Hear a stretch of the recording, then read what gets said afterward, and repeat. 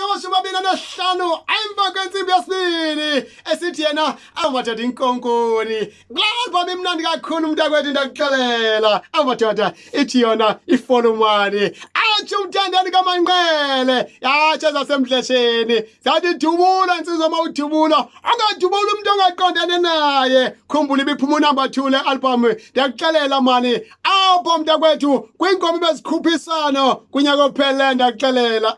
kuvala unyaka qhutshwa FM 99.5 yethu sanga kujikitsha esabizithebe ejikijela ebakhandayo enyathela ngezanyawo zakhe ezinde ingadi sesedada ehamba kamandi nje phezukwabo ebadudule bathatha nje evalile phezukwenquba ebadudulela nje ezantsi nje awubafakelwa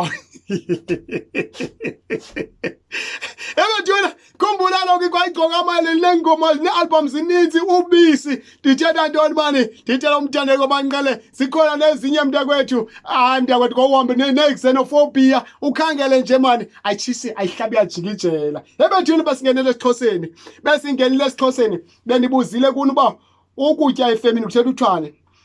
awusithiwa kaloku uzibamba tsolo kuthetha uthwane ngesiXhosa awusithiwa ukudla emhlambini kuthetha uthwane awusithiwa bethuna ukudepha inhlansi ndike ndabuza kuni baphulaphule make sisondele baphulaphule kuyo ke